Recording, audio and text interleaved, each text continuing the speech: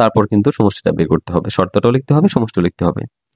তো এখানে আমি তোমাকে যদি আরেকটু বলি, দেখো এখানে আমরা বলছিলাম যে বিপরীতকরণ করলে অথবা মাইনাস চিহ্ন দ্বারা গুণ বা ভাগ করলে কিন্তু তোমার চিহ্ন কি হয়ে যায়, পরিবর্তন হয়ে যায়।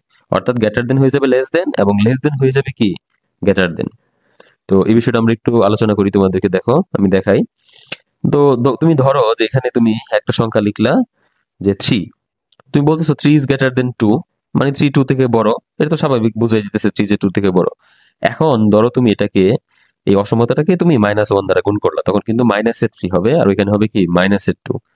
সেই ক্ষেত্রে -3 কিন্তু আর কি না, -2 থেকে বড় নয়, কারণ আমরা জানি মাইনাসের মান যত বড় হবে তত কিন্তু কি হবে, ছোট হবে।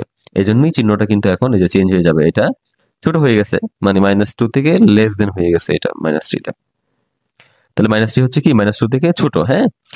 আবার তুমি যদি এখানে অন্য কোনো সংখ্যা দ্বারা গুণ করো, ধরো তুমি -3 দ্বারা গুণ করলা, তখন মাইনাসের 3 তিরিকে 9, মাইনাসের 9, আর এখানে -6 হবে। তো সেখানে -9 কিন্তু তোমার কি -6 থেকে বড় নয়, কিন্তু সে কিন্তু কি ছোট। তাহলে মাইনাসের অন্য কোনো সংখ্যা দ্বারা গুণ করো বা 1 দ্বারা গুণ করো, যাই করো, তোমার চিহ্ন কিন্তু কি হয়ে যাবে, অটোমেটিক পরিবর্তন হয়ে যাবে। লেস দেন থাকলে গ্রেটার দেন, এবং গ্রেটার দেন থাকলে কি লেস দেন। এখন আমি যদি তোমাদেরকে একটু ভাগের অংশটাও দেখাই, দেখো যদি আমরা ভাগের বিষয়টা বলি, তাহলে ভাগের ক্ষেত্রে কি হবে, আমরা ধরো আমরা এখানে 3 কেই ভাগ করি, চলো 3 কে ভাগ করলাম ধরো হচ্ছে 2 দ্বারা। এখন 3 কে 2 দ্বারা ভাগ করলে কি হয়, এবং সেটা মাইনাসের শুধু ভাগ না, কিন্তু শুধু ভাগ করলে কিন্তু আবার চিহ্ন ঠিক থাকবে। মাইনাসের যদি কোনো কিছু দ্বারা ভাগ করো, ধরো -2 দ্বারা তুমি ভাগ করো, তাহলে -1.5 হবে, আর ওইখানে -2 দ্বারা ভাগ করলে হচ্ছে -1।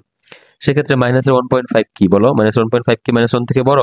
না, বড় কিন্তু না। তাহলে এই যে দেখো এখানেও কিন্তু চিহ্নটা পরিবর্তন হইতেছে। তার মানে আমরা বলতে পারি যে দুইটা ক্ষেত্রে, অর্থাৎ বিপরীতকরণ করলে অথবা -1 বা মাইনাসের কোনো কিছু দ্বারা যদি তুমি গুণ করো বা ভাগ করো, তখন কিন্তু অসমতার চিহ্ন কি হয়ে যাবে, পরিবর্তন হয়ে যাবে। এটা খুব ভালো করে খেয়াল রাখবা। এখানে কিন্তু আমরা ভুলগুলো করে থাকি, শর্ত বের করার সময় আমাদের কিন্তু চিহ্নে তোমার সমস্যা হয়। ধন্যবাদ সবাইকে, আশা করি তোমরা অঙ্কটা বুঝতে পেরেছো। আসসালামু আলাইকুম ওয়া রাহমাতুল্লাহি ওয়া বারাকাতুহু।